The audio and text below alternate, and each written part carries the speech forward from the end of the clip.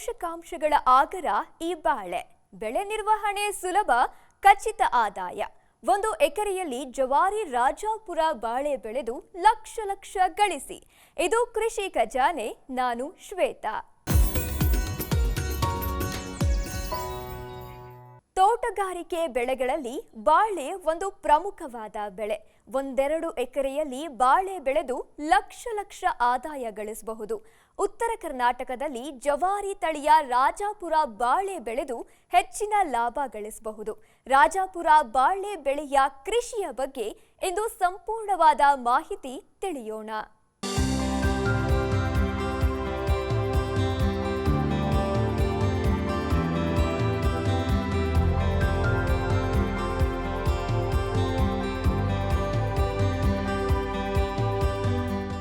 ಹಣ್ಣುಗಳಲ್ಲಿ ಬಾಳೆಗೆ ವಿಶೇಷವಾದ ಸ್ಥಾನವಿದೆ. ಜಗತ್ತಿನ ಬಹುತೇಕ ರಾಷ್ಟ್ರಗಳಲ್ಲಿ ಬಾಳೆಯನ್ನ ಬಳಸಲಾಗ್ತಿದೆ. ಮೂಲತಃ ಉಷ್ಣವಲಯದ ಹಣ್ಣಿನ ಬೆಳೆಯಾದ ಬಾಳೆಯನ್ನ 140ಕ್ಕೂ ಹೆಚ್ಚು ರಾಷ್ಟ್ರಗಳಲ್ಲಿ ಬೆಳೆಯಲಾಗ್ತಿದೆ. ಇನ್ನು ಬಾಳೆಹಣ್ಣು ಉತ್ಪಾದನೆಯಲ್ಲಿ ಭಾರತ ಅಗ್ರಸ್ಥಾನದಲ್ಲಿದ್ದು, ನಮ್ಮಲ್ಲಿ ಒಟ್ಟು 8.6 ಲಕ್ಷ ಹೆಕ್ಟೇರ್ ಪ್ರದೇಶದಲ್ಲಿ ಬಾಳೆ ಬೇಸಾಯ ಮಾಡಲಾಗ್ತಿದ್ದು 30.5 ದಶಲಕ್ಷ ಟನ್ ಬಾಳೆಹಣ್ಣು ಉತ್ಪಾದನೆಯಾಗ್ತಾ ಇದೆ. ಇನ್ನು ವಿಶ್ವದಲ್ಲಿ ಒಟ್ಟು 60.2 ಲಕ್ಷ ಹೆಕ್ಟೇರ್ ಪ್ರದೇಶದಲ್ಲಿ ಬಾಳೆ ಬೆಳೆಯಲಾಗ್ತಾ ಇದ್ದು 125.3 ದಶಲಕ್ಷ ಟನ್ ಇಳುವರಿ ದೊರೀತಾ ಇದೆ. ಬಾಳೆ ಉತ್ಪಾದನೆಯಲ್ಲಿ ಭಾರತದ ನಂತರದ ಸ್ಥಾನದಲ್ಲಿ China, Indonesia, Brazil, Ecuador, Philippines, Angola, Guatemala ಮತ್ತು ಕೊಲಂಬಿಯಾ ನಂತರದ ಸ್ಥಾನದಲ್ಲಿವೆ.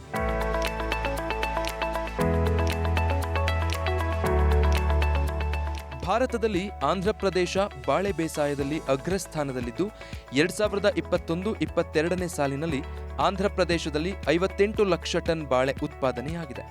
ಇನ್ನು ಮಹಾರಾಷ್ಟ್ರ 2ನೇ ಸ್ಥಾನದಲ್ಲಿದ್ದು ಅಲ್ಲಿ 46 ಲಕ್ಷ ಟನ್ ಬಾಳೆ ಉತ್ಪಾದನೆಯಾಗಿದೆ. ಗುಜರಾತ್ನಲ್ಲಿ 39 ಲಕ್ಷ ಟನ್, ತಮಿಳುನಾಡಿನಲ್ಲಿ 38 ಲಕ್ಷ ಟನ್ ಬಾಳೆ ಉತ್ಪಾದನೆಯಾಗಿದೆ. ಬಾಳೆ ಬೇಸಾಯದಲ್ಲಿ ಕರ್ನಾಟಕ 5ನೇ ಸ್ಥಾನದಲ್ಲಿದ್ದು ನಮ್ಮ ರಾಜ್ಯದಲ್ಲಿ 37 ಲಕ್ಷ ಟನ್ ಬಾಳೆ ಉತ್ಪಾದನೆಯಾಗಿದ್ದು, ರಾಷ್ಟ್ರದ ಒಟ್ಟು ಬಾಳೆ ಉತ್ಪಾದನೆಯಲ್ಲಿ ರಾಜ್ಯದ ಪಾಲು 11.44%. ಉಳಿದಂತೆ ಉತ್ತರ ಪ್ರದೇಶ, ಬಿಹಾರ, ಪಶ್ಚಿಮ ಬಂಗಾಳ, ಅಸ್ಸಾಂ, ಛತ್ತೀಸ್ಗಢ ರಾಜ್ಯಗಳು ನಂತರದ ಸ್ಥಾನದಲ್ಲಿವೆ. ಪೋಷಕಾಂಶಗಳ ಆಗರ ಬಾಳೆ. ಬಾಳೆಹಣ್ಣು ಪೋಷಕಾಂಶಗಳ ಆಗರವಾಗಿದೆ. ಇದರಲ್ಲಿ vitamin A, C, potassium, calcium, sodium, magnesium ಸೇರಿದಂತೆ ಹಲವು ಪೋಷಕಾಂಶಗಳಿವೆ. ದೇಹಕ್ಕೆ ತ್ವರಿತವಾಗಿ ಶಕ್ತಿ ಕೊಡುವ ಆಹಾರವಾಗಿ ಬಾಳೆಹಣ್ಣು ಬಳಕೆಯಾಗ್ತಾ ಇದೆ. ಜೊತೆಗೆ ಬಾಳೆಯಿಂದ ಹಲವು ಉತ್ಪನ್ನಗಳನ್ನು ತಯಾರಿಸಲಾಗ್ತಾ ಇದೆ. ಬಾಳೆಕಾಯಿ ಮತ್ತು ಬಾಳೆಹಣ್ಣಿನಿಂದ ವಿಧ ವಿಧದ ಚಿಪ್ಸ್ಗಳನ್ನು ತಯಾರಿಸಲಾಗುತ್ತೆ. ಇನ್ನು ಬಾಳೆ puree, jam, jelly, juice, wine, halwa ಸೇರಿದಂತೆ 16 ಬಗೆಯ ಸಿಹಿ ತಿನಿಸುಗಳನ್ನು, ಬೇಕರಿ ಉತ್ಪನ್ನಗಳನ್ನು ತಯಾರಿಸಲಾಗ್ತಿದೆ.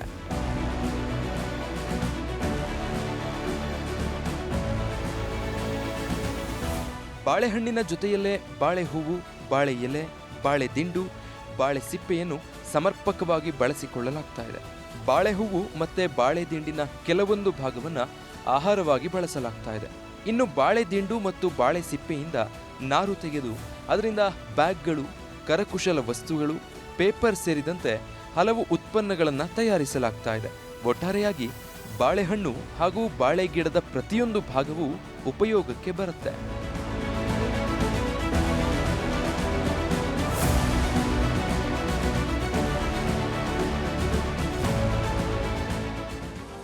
ಭಾರತದಲ್ಲಿ ಸುಮಾರು 50ಕ್ಕೂ ಹೆಚ್ಚು ತಳಿಗಳ ಬಾಳೆ ಬೆಳೆಯಲಾಗುತ್ತೆ. ರಾಜ್ಯದಲ್ಲಿ ಪಚ್ಚಬಾಳೆ, ಏಲಕ್ಕಿ ಬಾಳೆ, ರೊಬಸ್ಟಾ, ಗ್ರ್ಯಾಂಡ್ 9 ಅಥವಾ G9, ನಂಜನಗೂಡು ರಸಬಾಳೆ, ಪೂವನ್, ಕೆಂಪು ಬಾಳೆ ಅಥವಾ ಕಮಲಾಪುರ ಬಾಳೆ, ನೇಂದ್ರನ್, ಮಧುರಂಗ ಬಾಳೆಯನ್ನ ಬೆಳೆಯಲಾಗುತ್ತೆ. ಅದರಲ್ಲೂ ಪಚ್ಚಬಾಳೆ ಮತ್ತು ಏಲಕ್ಕಿ ಬಾಳೆ ಹೆಚ್ಚು ಫೇಮಸ್. ಇತ್ತೀಚೆಗೆ ಹೆಚ್ಚು ಇಳುವರಿ ನೀಡುವ G9 ತಳಿಯ ಬಾಳೆಯನ್ನ ಹೆಚ್ಚಾಗಿ ಬೆಳೆಯಲಾಗ್ತಿದೆ. ರಾಜ್ಯದಲ್ಲಿ ಇಷ್ಟೆಲ್ಲ ತಳಿಗಳ ಬಾಳೆ ಬೆಳೆಯುತ್ತಿದ್ರೂ ಹಲವೆಡೆ ಸ್ಥಳೀಯವಾಗಿ ಹೆಚ್ಚು ಫೇಮಸ್ ಆಗಿರುವ ಮತ್ತು ಉತ್ತಮ ಬೇಡಿಕೆ ಇರುವ ಸ್ಥಳೀಯ ತಳಿಗಳ ಬಾಳೆಯನ್ನು ಬೆಳೆಯಲಾಗ್ತಿದೆ. ಬಾಗಲಕೋಟೆ ಜಿಲ್ಲೆ ಬೀಳಗಿ ತಾಲೂಕಿನ ಸುನಗ ಗ್ರಾಮದ ವೀರಣ್ಣ ತೋಳಮಟ್ಟಿಯವರು ರಾಜಾಪುರ ಬಾಳೆಯನ್ನ ಬೆಳೆಯುವ ಮೂಲಕ ಉತ್ತಮ ಆದಾಯ ಪಡೆಯುತ್ತಿದ್ದಾರೆ.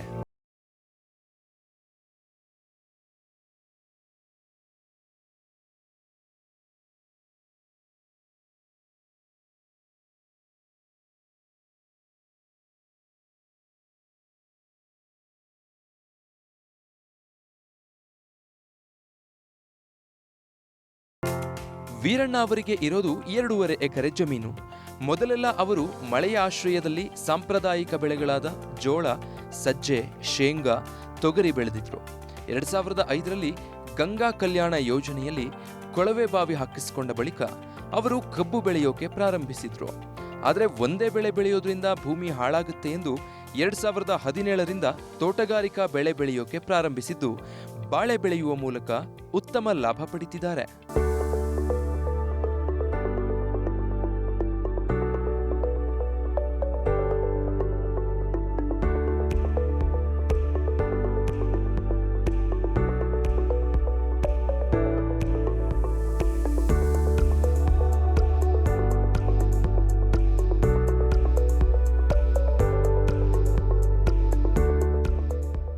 ಸುಧಾರಿತ G9 ತಳಿಯ ಬಾಳೆಗೆ ಹೋಲಿಸಿದ್ರೆ ರಾಜಾಪುರ ಬಾಳೆಯಲ್ಲಿ ಇಳುವರಿ ಸ್ವಲ್ಪ ಕಡಿಮೆ ಬರುತ್ತೆ. ಆದರೆ ರಾಜಾಪುರ ಬಾಳೆ ಸ್ಥಳೀಯ ತಳಿಯಾಗಿರೋದ್ರಿಂದ ಇಲ್ಲಿನ ವಾತಾವರಣಕ್ಕೆ ಹೊಂದಿಕೊಂಡಿದ್ದು ಉತ್ತಮ ಇಳುವರಿ ನೀಡುತ್ತೆ. G9 ತಳಿಯ ಬಾಳೆ ಗಾಳಿ ಮಳೆ ಬಂದ್ರೆ ಬೇಗ ಬೀಳುತ್ತೆ. ಆದರೆ ಅದೇ ರಾಜಾಪುರ ಬಾಳೆ ಗಾಳಿ ಮಳೆಯನ್ನು ತಡೆದುಕೊಂಡು ಬೆಳೆಯುತ್ತೆ.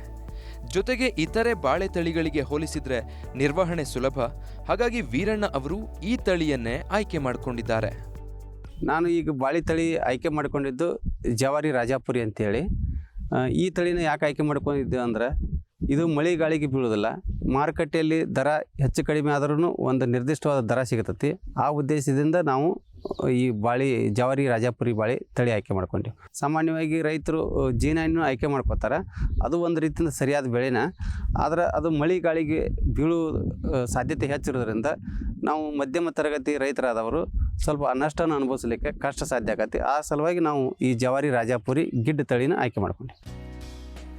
ವೀರಣ್ಣ ಅವರು ರಾಜಾಪುರ ಬಾಳೆಯನ್ನ ಸಾಂಪ್ರದಾಯಿಕ ವಿಧಾನದಲ್ಲಿ ನಾಟಿ ಮಾಡದೆ ಅತಿ ಸಾಂದ್ರ ಪದ್ಧತಿಯಲ್ಲಿ ನಾಟಿ ಮಾಡಿದ್ದು ಹೆಚ್ಚಿನ ಲಾಭ ಪಡೆಯುತ್ತಿದ್ದಾರೆ. ವೀರಣ್ಣ ಅವರು ರಾಜಾಪುರ ತಳಿಯ ಬಾಳೆಯನ್ನ 2.5 ಎಕರೆಯಲ್ಲಿ ಬೆಳೆದಿದ್ದು ವರ್ಷಕ್ಕೆ ಕನಿಷ್ಠ 5 ಲಕ್ಷ ರೂಪಾಯಿ ಲಾಭ ಪಡೆಯುತ್ತಿದ್ದಾರೆ. ಇನ್ನು 2ನೇ ಮತ್ತು 3ನೇ ವರ್ಷದಲ್ಲಿ ಖರ್ಚು ಕಡಿಮೆ ಇರೋದ್ರಿಂದ ಹೆಚ್ಚಿನ ಲಾಭ ಇವರಿಗೆ ಸಿಗ್ತಿದೆ.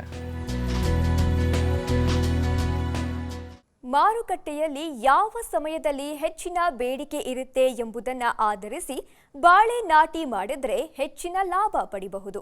ಬಾಳೆಯನ್ನ ಯಾವ ತಿಂಗಳಲ್ಲಿ ನಾಟಿ ಮಾಡಿದ್ರೆ ಉತ್ತಮ, ಯಾವ ಹಂತದಲ್ಲಿ ಗೊಬ್ಬರ ಕೊಡಬೇಕು, ಬಾಳೆ ಬೆಳೆಯ ನಿರ್ವಹಣೆ ಹೇಗೆ ಮಾಡಬೇಕು ಎಂಬ ಮಾಹಿತಿ ತಿಳಿಯೋಣ ಬನ್ನಿ. ಬಾಳೆ ಕೃಷಿಗೆ ನೀರು ಬಸಿದು ಹೋಗುವಂತಹ ಕೆಂಪುಗೋಡು ಅಥವಾ ಮರಳು ಮಿಶ್ರಿತ ಕಪ್ಪು ಮಣ್ಣು ಬೇಕಾಗುತ್ತೆ. ಆದರೆ ಹೊಸದಾಗಿ ಬಾಳೆ ಕೃಷಿ ಮಾಡುವವರು ಮಣ್ಣು ಮತ್ತು ನೀರಿನ ಮಾದರಿಯನ್ನ ಪರೀಕ್ಷೆ ಮಾಡಿಸಬೇಕು. ಮಣ್ಣು ಮತ್ತು ನೀರು ಬಾಳೆ ಬೆಳೆಗೆ ಸೂಕ್ತವಾಗಿದ್ದಲ್ಲಿ ಬಾಳೆ ಕೃಷಿ ಮಾಡೋದು ಉತ್ತಮ. ಆಗ ಮಾತ್ರ ಹೆಚ್ಚಿನ ಲಾಭ ಪಡಿಬಹುದಾಗಿದೆ.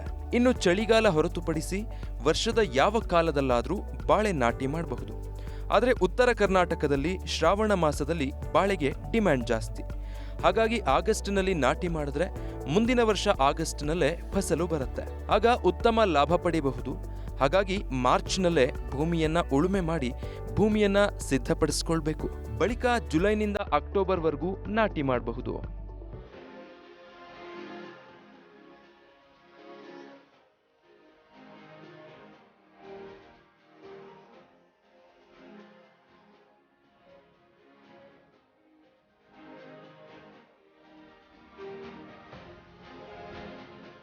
ಬಾಳೆ ನಾಟಿಯಲ್ಲಿ ಮುಖ್ಯವಾಗಿ 2 ವಿಧಾನಗಳಿವೆ. ಮೊದಲನೆಯದ್ದು ಸಾಂಪ್ರದಾಯಿಕ ಕಂದು ನಾಟಿ ವಿಧಾನ. ಎರಡನೆಯದ್ದು ಅಂಗಾಂಶ ಸಸಿ ಅಥವಾ ಟಿಶ್ಯೂ ಕಲ್ಚರ್ ಸಸಿಗಳ ನಾಟಿ ವಿಧಾನ. ವೀರಣ್ಣ ಅವರು ರಾಜಾಪುರ ತಳಿಯ ಟಿಶ್ಯೂ ಕಲ್ಚರ್ ಸಸಿಗಳನ್ನು 2.5 ಎಕರೆಯಲ್ಲಿ ನಾಟಿ ಮಾಡಿದ್ದು ಸಾಲಿನಿಂದ ಸಾಲಿಗೆ 6 ಮತ್ತು ಗಿಡದಿಂದ ಗಿಡಕ್ಕೆ 5 ಅಡಿ ಅಂತರದಲ್ಲಿ ಬಾಳೆ ನಾಟಿ ಮಾಡಿದ್ದಾರೆ. ಇದು ಅತಿ ಸಾಂದ್ರ ನಾಟಿ ಪದ್ಧತಿಯಾಗಿದ್ದು ಎಕರೆಗೆ 1500 ಗಿಡಗಳು, ಹೆಕ್ಟೇರ್ಗೆ 3700 ಗಿಡಗಳನ್ನು ನಾಟಿ ಮಾಡಬಹುದು. ಟಿಶ್ಯೂ ಕಲ್ಚರ್ ಸಸಿಗಳನ್ನು ನಾಟಿ ಮಾಡೋದ್ರಿಂದ ಒಂದೇ ಟೈಮ್ನಲ್ಲಿ ಫಸಲು ಬರುತ್ತೆ. ಈ ಹಿನ್ನೆಲೆಯಲ್ಲಿ ಬಾಳೆ ಕಟಾವು ಮತ್ತು ಮಾರಾಟಕ್ಕೆ ಅನುಕೂಲವಾಗುತ್ತೆ.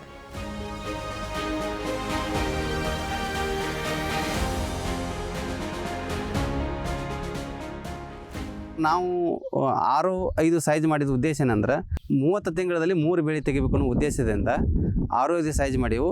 ಒಂದು ಗಿಡದಿಂದ ಒಂದೇ ಮರಿ ಬಿಡ್ತೇವೆ ನಾವು. ಒಬ್ಬೊಬ್ರು 2 ಬಿಡ್ತಾರೆ. ಆದರೆ ಅದು ಸೈಜ್ ಅಂತರ ಹೆಚ್ಚಾದಾಗ ಎರಡು ಬಿಡ್ತಾರೆ. ಆದರೆ ನಾವು ವಾಣಿಜ್ಯವಾಗಿ ಬೆಳೆಯುವ ಉದ್ದೇಶದಿಂದ ಒಂದು ಬೆಳೆಯಿಂದ ಒಂದು ಮರಿ ಬಿಟ್ಟು 30 ತಿಂಗಳಲ್ಲಿ 3 ಬೆಳೆ ತಗೊಂಡು ತೆಗೆದು ಬಿಡ್ತೀವಿ. ಬಾಳೆ ನಾಟಿ ಮಾಡಲು 1.5 ಅಡಿ ಬೈ 1.5 ಅಡಿ ಅಳತೆಯ ಗುಂಡಿಯನ್ನು ತೋಡಿ ಅದಕ್ಕೆ 2 ರಿಂದ 3 ಕೆಜಿ ಎರೆಹುಳು ಗೊಬ್ಬರ ಹಾಕಬೇಕು. ರಂಜಕ ಕರಗಿಸುವ, ಪೊಟ್ಯಾಷ್ ಕರಗಿಸುವ ಜೀವಾಣು ಗೊಬ್ಬರ ಹಾಗೂ ಸಾರಜನಕ ಸ್ಥಿರೀಕರಣ ಮಾಡುವ ಜೀವಾಣು ಗೊಬ್ಬರ ಬೆರೆಸಬೇಕು.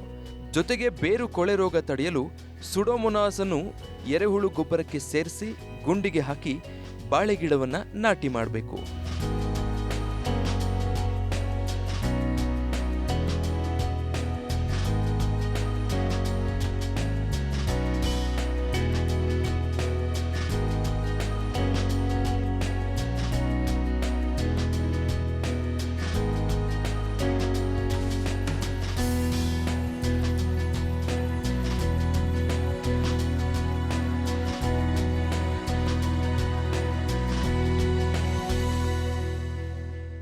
ಬಾಳೆ ಸಸಿಗಳನ್ನು ನಾಟಿ ಮಾಡುವಾಗ ಮತ್ತು ಆರಂಭದಲ್ಲಿ ಕಳೆ ತೆಗೆಯಲು ಹಾಗೂ ಬಾಳೆ ಕಟಾವು ಸಮಯದಲ್ಲಿ ಮಾತ್ರ ಹೆಚ್ಚಿನ ಕೆಲಸ ಇರುತ್ತೆ.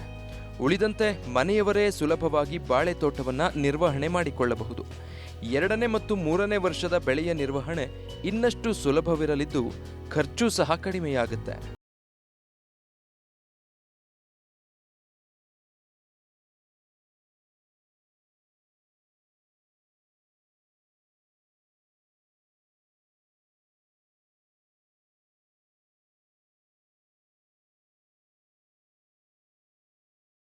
ಬಾಳೆ ಬೆಳೆಗೆ ಹೆಚ್ಚಿನ ನೀರಿನ ಅವಶ್ಯಕತೆ ಇರೋದಿಲ್ಲ. ಹನಿ ನೀರಾವರಿ ವ್ಯವಸ್ಥೆ ಅಳವಡಿಸಿಕೊಂಡ್ರೆ ನೀರಿನ ಉಳಿತಾಯ ಆಗುತ್ತೆ. ಜೊತೆಗೆ ಅತ್ಯಾಧುನಿಕ ತಂತ್ರಜ್ಞಾನ ಬಳಸಿಕೊಂಡು ಬಾಳೆ ಬೆಳೆಗೆ ನೀರು ಬಿಡಬಹುದು. ಮಣ್ಣಿನಲ್ಲಿರುವ ತೇವಾಂಶವನ್ನು ಪರೀಕ್ಷಿಸಲು ಸಾಧನ ಲಭ್ಯವಿದ್ದು ಅದರ ಮೂಲಕ ತೇವಾಂಶ ಪರೀಕ್ಷಿಸಿಕೊಂಡು ವೀರಣ್ಣ ಅವರು ಬಾಳೆ ಬೆಳೆಗೆ ನೀರು ಒದಗಿಸ್ತಿದ್ದಾರೆ. ಮಾಯ್ಚರ್ ಟೆಸ್ಟರ್ ಅಂತ ಬರುತ್ತೆ, ತೇವಾಂಶ ಪರೀಕ್ಷಣಾ ಸಾಧನ ಅಂತ ಐತಿ. ಇದನ್ನು ನಾವು ನೀರು ಬಿಡ್ತೀವಿ. ಇವತ್ತು ನೀರು ಬಿಟ್ಟು ಒಂದು 10 ರಿಂದ 12 ಗಂಟೆ ನಂತರ ಭೂಮಿಯನ್ನು ಚೆಕ್ ಮಾಡಿದಾಗ ನಮಗೆ ನೀಲಿ ಲೈಟ್ ತೋರಿಸ್ತೆ ಅಂದ್ರೆ ನೀರು ಸಫಿಷಿಯೆಂಟ್ ಐತಿ, ಬಿಡಬೇಕಾಗಿಲ್ಲ. ಮತ್ತು ಮುಂದೆ ಹಸಿರು ಲೈಟ್ ತೋರಿಸ್ತೆ ಅಂದ್ರೆ ಹಾಗೂ ಇನ್ನೂ ನಾಳೆ ನಾಡ್ದು ಬಿಡ್ಬೋದು, ಹೀಗೆಲ್ಲ ತೋರಿಸತ್ತದು. ಅದನ್ನು ನೋಡ್ಕೊಂಡು ನಾವು ಈಗ ನಿರ್ವಹಣೆ ಮಾಡಕತ್ತೀವಿ. ನಮ್ಗೆ ಪ್ರತಿಗೆ ಮೊದಲು 3 ರಿಂದ 4 ತಾಸು 5 ತಾಸು ಬಿಡ್ತಿದ್ದೆವು. ಈಗ 2 ತಾಸು ಬಿಟ್ಟರು ನಮ್ಗೆ ನೀರು ಉಳಿತಾಯ ಆಕತಿ. ಅದ ನೀರನ್ನ ಬೇರೆ ಕ್ಷೇತ್ರಕ್ಕೆ ಉಪಯೋಗ ಮಾಡಕತ್ತೀವಿ. ರಾಸಾಯನಿಕ ಗೊಬ್ಬರದ ಜೊತೆಯಲ್ಲೇ ಸಾವಯವ ಗೊಬ್ಬರವನ್ನು ನೀಡಬೇಕು. ಬಾಳೆ ಬೆಳೆಯಲ್ಲಿ ಉತ್ತಮ ಲಾಭ ಪಡಿಬೇಕಂದ್ರೆ ಪೋಷಕಾಂಶ ನಿರ್ವಹಣೆಗೆ ಹೆಚ್ಚಿನ ಗಮನ ಕೊಡಬೇಕು. ರಾಸಾಯನಿಕ ಗೊಬ್ಬರಗಳ ಜೊತೆಗೆ ಸಾವಯವ ಗೊಬ್ಬರಗಳನ್ನು ಕೊಟ್ಟರೆ ಇಳುವರಿ ಹೆಚ್ಚುತ್ತೆ. ಸಾವಯವ ಗೊಬ್ಬರಗಳನ್ನ ಹೊರಗಿನಿಂದ ತಂದು ಹಾಕೋದಕ್ಕಿಂತ ತಾವೇ ತಯಾರಿಸಿಕೊಂಡ್ರೆ ಉತ್ತಮ. ಕಡಿಮೆ ಖರ್ಚಿನಲ್ಲಿ ಗೊಬ್ಬರ ದೊರೆಯುತ್ತೆ. ಕೃಷಿ ತ್ಯಾಜ್ಯ, ಹೊಲ, ತೋಟದ ಬದುಗಳಲ್ಲಿ ಬೆಳೆದಿರುವ ಹಸಿರೆಲೆಯನ್ನು ಬಳಸಿ ಎರೆಹುಳು ಗೊಬ್ಬರ ತಯಾರಿಸಿಕೊಂಡು ಎಕರೆಗೆ 4 ರಿಂದ 5 ಟನ್ ಗೊಬ್ಬರ ಹಾಕಬೇಕು. ಇದರಿಂದ ಇಳುವರಿಯೂ ಹೆಚ್ಚಿ ಲಾಭದ ಪ್ರಮಾಣ ಹೆಚ್ಚುತ್ತೆ ಎಂಬುದು ವೀರಣ್ಣ ಅವರ ಅಭಿಪ್ರಾಯ.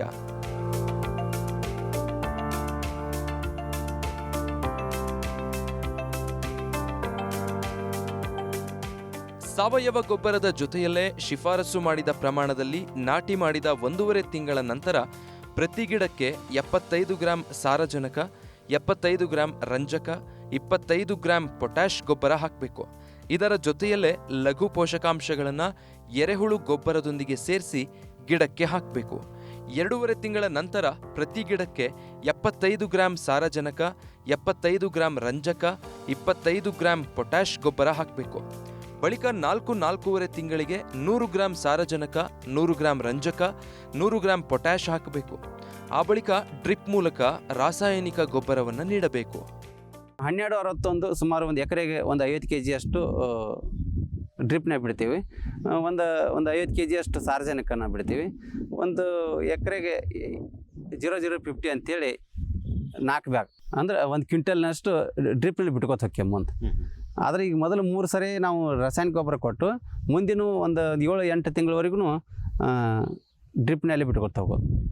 ಡ್ರಿಪ್ನಲ್ಲಿ ಬಿಟ್ಕೋತಂದ್ರೆ 50 kg ಸಾರಜನಕನ ಅದನ್ನು ಪ್ರತಿ ವಾರದಲ್ಲಿ ಒಂದು 5 kg ಅಂತೆ, ಅಂದರೆ ತಿಂಗಳಿಗೆ 20 kg 25 kg ಅಂತೆ ಒಂದು 5 ಕಂತನೇ ಬಿಟ್ಕೊತ ಹೋಗ್ತೇವೆ.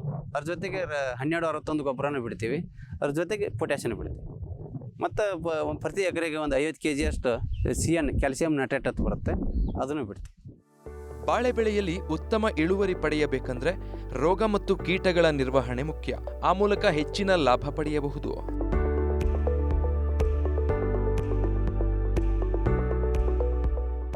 ಬಾಳೆ ಬೆಳೆಗೆ ರಾಸಾಯನಿಕ ಗೊಬ್ಬರ ಮತ್ತು ಸಾವಯವ ಗೊಬ್ಬರ ನೀಡಿದ ಬಳಿಕವೂ ಅದಕ್ಕೆ ಕೆಲವೊಂದಿಷ್ಟು ಸೂಕ್ಷ್ಮ ಪೋಷಕಾಂಶಗಳ ಕೊರತೆ ಕಾಡುತ್ತೆ. ಹಾಗಾಗಿ ಸೂಕ್ತ ಸೂಕ್ಷ್ಮ ಪೋಷಕಾಂಶಗಳನ್ನು ಒದಗಿಸುವ ಮೂಲಕ ಇಳುವರಿಯನ್ನ ಹೆಚ್ಚಿಸಿಕೊಳ್ಳಬಹುದು. ಈ ಬಗ್ಗೆ ಮಾಹಿತಿ ತಿಳಿಯೋಣ ಬನ್ನಿ.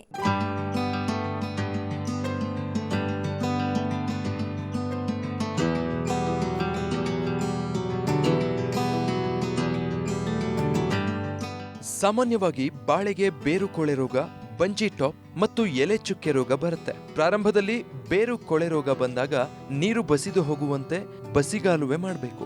ಪ್ರತಿ ಲೀಟರ್ ನೀರಿಗೆ 2 ರಿಂದ 3 ಗ್ರಾಂ COC ಮತ್ತು ಅರ್ಧ ಗ್ರಾಂ ಸ್ಟೆಪ್ಲೋಸೈಕ್ಲಿನ್ ಹಾಕಿ ಆ ದ್ರಾವಣವನ್ನ ಪ್ರತಿ ಗಿಡಕ್ಕೆ 250 ಮಿಲಿ ಹಾಕಬೇಕು. ಇನ್ನು ಬಂಜಿ ಟಾಪ್ ರೋಗ ಬಂದ ಗಿಡವನ್ನ ಕಿತ್ತು ನಾಶಪಡಿಸಿ ಶಿಫಾರಸು ಮಾಡಿದ ಕೀಟನಾಶಕ ಸಿಂಪಡಿಸಲೇಬೇಕು. ಎಲೆ ಚುಕ್ಕೆ ರೋಗ ಕಾಣಿಸ್ಕೊಂಡ್ರೆ ಪ್ರೊಪೆಕ್ರೋನೋಜಾಲ್ ಶಿಲೀಂಧ್ರ ನಾಶಕವನ್ನ ಪ್ರತಿ ಲೀಟರ್ ನೀರಿಗೆ 0.5 ml ಹಾಕಿ ಸ್ಪ್ರೇ ಮಾಡಬೇಕು. ಬಾಳೆಗೊನೆಯ ತೂಕ ಹೆಚ್ಚಿಸುವ ಬನಾನಾ ಸ್ಪೆಷಲ್. ಬಾಳೆ ಬೆಳೆಗೆ ಮುಖ್ಯ ಪೋಷಕಾಂಶಗಳ ಜೊತೆಯಲ್ಲೇ ಸೂಕ್ಷ್ಮ ಪೋಷಕಾಂಶಗಳನ್ನು ಒದಗಿಸಬೇಕು. ಹಾಗಾಗಿ ಭಾರತೀಯ ತೋಟಗಾರಿಕಾ ಸಂಶೋಧನಾ ಸಂಸ್ಥೆ ಅಭಿವೃದ್ಧಿಪಡಿಸಿರುವ ಬನಾನಾ ಸ್ಪೆಷಲ್ ಸಿಂಪಡಿಸಬೇಕು. ಇದು ಸೂಕ್ಷ್ಮ ಪೋಷಕಾಂಶಗಳಾದ ಸತು, ತಾಮ್ರ ಮತ್ತು ಬೋರಾನ್ ಮಿಶ್ರಣವಾಗಿದ್ದು ಬಾಳೆಗೊನೆಯ ತೂಕವನ್ನು ಹೆಚ್ಚಿಸುತ್ತೆ. ಪ್ರತಿ ಎಕರೆಗೆ 10 kg ಬನಾನಾ ಸ್ಪೆಷಲ್ ಸಿಂಪಡಿಸಬೇಕು. 25 ಲೀಟರ್ ನೀರಿಗೆ 125 ಗ್ರಾಂ ಬನಾನಾ ಸ್ಪೆಷಲ್, 1 ನಿಂಬೆಹಣ್ಣಿನ ರಸ ಮತ್ತು 1 ಶ್ಯಾಂಪೂ ಪ್ಯಾಕೆಟ್ ಹಾಕಿ ಸಿಂಪಡಿಸಬೇಕು. ಬಾಳೆ ಬೆಳೆಯ 5ನೇ ತಿಂಗಳ ನಂತರ ಪ್ರತಿ ತಿಂಗಳಿಗೆ ಒಮ್ಮೆಯಂತೆ 5 ಬಾರಿ ಸಿಂಪಡಿಸಬೇಕು.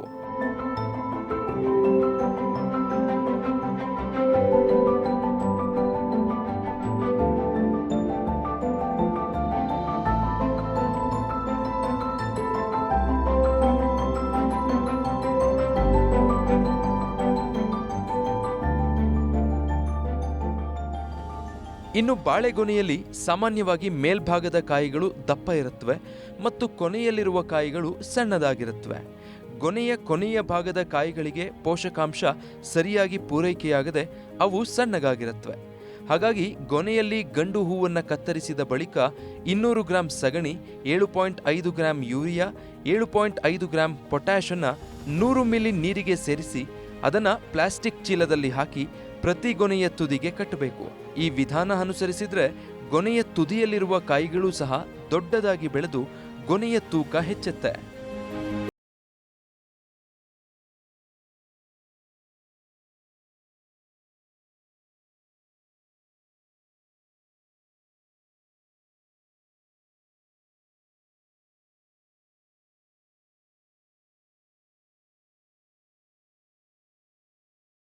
ಹೊಸದಾಗಿ ಬಾಳೆ ಬೆಳೆಯುವವರಿಗೆ ತೋಟಗಾರಿಕೆ ಇಲಾಖೆ ವತಿಯಿಂದ ಸಹಾಯಧನ ನೀಡಲಾಗ್ತಾ ಇದೆ. ಖಾಸಗಿ ಕಂಪನಿಗಳು ಬಾಳೆ ಬೆಳೆಗೆ ವಿಮೆ ಸೌಲಭ್ಯವನ್ನು ಒದಗಿಸುತ್ತಿವೆ. ಹೊಸದಾಗಿ ರೈತರು ಬಾಳೆ ಬೆಳೆ ಮಾಡಬೇಕು ಅಂತೇಳಿ ಯೋಚನೆ ಮಾಡೋದಾದ್ರೆ ಸಣ್ಣ ರೈತರು ಮತ್ತು BPL ಕಾರ್ಡ್ ಇರೋ ರೈತರಾಗಿದ್ದಾರೆ ಅಂದ್ರೆ ತೋಟಗಾರಿಕೆ ಇಲಾಖೆಯಿಂದ ಸಹಾಯಧನ ಲಭ್ಯ ಐತೆ. ಇದಕ್ಕೆ ಎಕರೆಗೆ 40,000ವರೆಗೂ ನರೇಗಾದೊಳಗೆ ಕೊಡ್ತಾರೆ ಮತ್ತು ರಾಷ್ಟ್ರೀಯ ತೋಟಗಾರಿಕೆ ಮಿಷನ್ ಯೋಜನೆ ಅಡಿಯೊಳಗೂ ಅಲ್ಲಿ ಸಹಾಯಧನ ಕೊಡ್ತಾರೆ. ಸಣ್ಣ ರೈತರು ಉಪಯೋಗ ಮಾಡ್ಕೋಬೋದು, ನಾವು ಉಪಯೋಗ ಮಾಡ್ಕೊಂಡು ಬೆಳೆ ವಿಮೆ ಇದೆ, ಇದಕ್ಕೆ ಬಾಳೆಗೂ ಇದೆ. ಅದನ್ನು ಖಾಸಗಿ ಕಂಪನಿಗಳು ಅದನ್ನು ಬೆಳೆ ವಿಮೆ ಸ್ವೀಕಾರ ಮಾಡ್ತಾವೆ. ಅವು 30%ಕ್ಕಿಂತ ಹೆಚ್ಚಿಗೆ ನಷ್ಟ ಆಗಿತ್ತಂದ್ರೆ ಅದನ್ನು ಲೆಕ್ಕ ಮಾಡಿ ಕೊಡ್ತಾರೆ. 1 ಎಕರೆಯಲ್ಲಿ ಬಾಳೆ ಬೆಳೆಯಲು ಸುಮಾರು 1 ಲಕ್ಷ ರೂಪಾಯಿ ಖರ್ಚು ಬರುತ್ತೆ. ಪ್ರಾರಂಭದಲ್ಲಿ ಟಿಶ್ಯೂ ಕಲ್ಚರ್ ಸಸಿಗಳಿಗೆ 30,000 ರೂಪಾಯಿ ಖರ್ಚು ಬರುತ್ತೆ. ಭೂಮಿ ತಯಾರಿ ಮತ್ತು ನಾಟಿ ಮಾಡಲು ಸುಮಾರು 15,000 ರೂಪಾಯಿ, ಕಳೆ ತೆಗೆಯಲು ಸುಮಾರು 20,000 ಖರ್ಚು ಬರುತ್ತೆ. ರಾಸಾಯನಿಕ ಗೊಬ್ಬರ ಸುಮಾರು 20,000 ಖರ್ಚು ಬರುತ್ತೆ.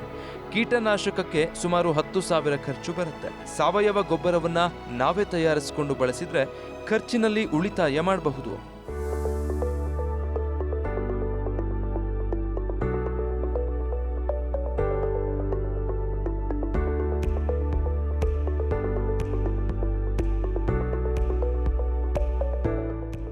ರಾಜಾಪುರ ತಳಿಯ ಬಾಳೆಗೆ ಉತ್ತರ ಕರ್ನಾಟಕದಲ್ಲಿ ಹೆಚ್ಚಿನ ಬೇಡಿಕೆ ಇದೆ.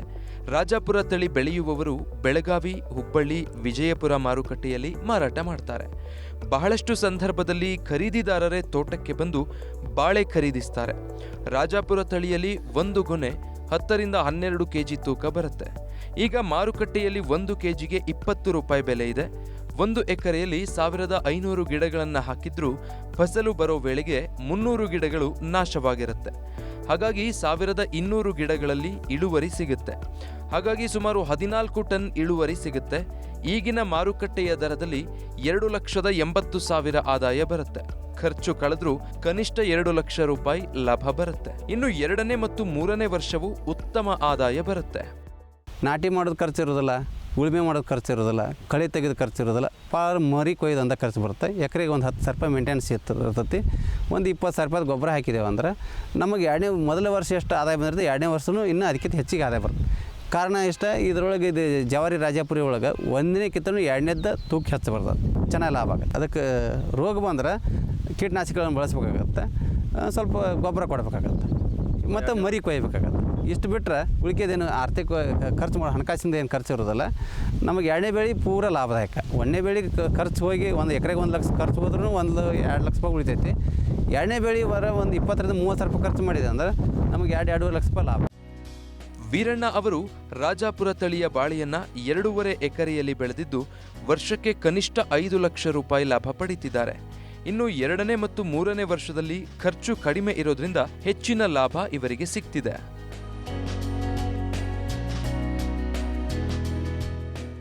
ಜವಾರಿ ರಾಜಾಪುರ ತಳಿಯ ಬಾಳೆ ಬೇಸಾಯದಿಂದ ರೈತರಿಗೆ ನಿಶ್ಚಿತ ಆದಾಯ ಖಚಿತ. ಉತ್ತರ ಕರ್ನಾಟಕ ಭಾಗದಲ್ಲಿ ಉತ್ತಮ ಬೇಡಿಕೆ ಇದ್ದು, ಬೇಡಿಕೆ ಹೆಚ್ಚಿರುವ ಸಮಯ ನೋಡಿಕೊಂಡು ಬೆಳೆ ಬೆಳೆದ್ರೆ ಲಕ್ಷ ಲಾಭ ಗಳಿಸಬಹುದು.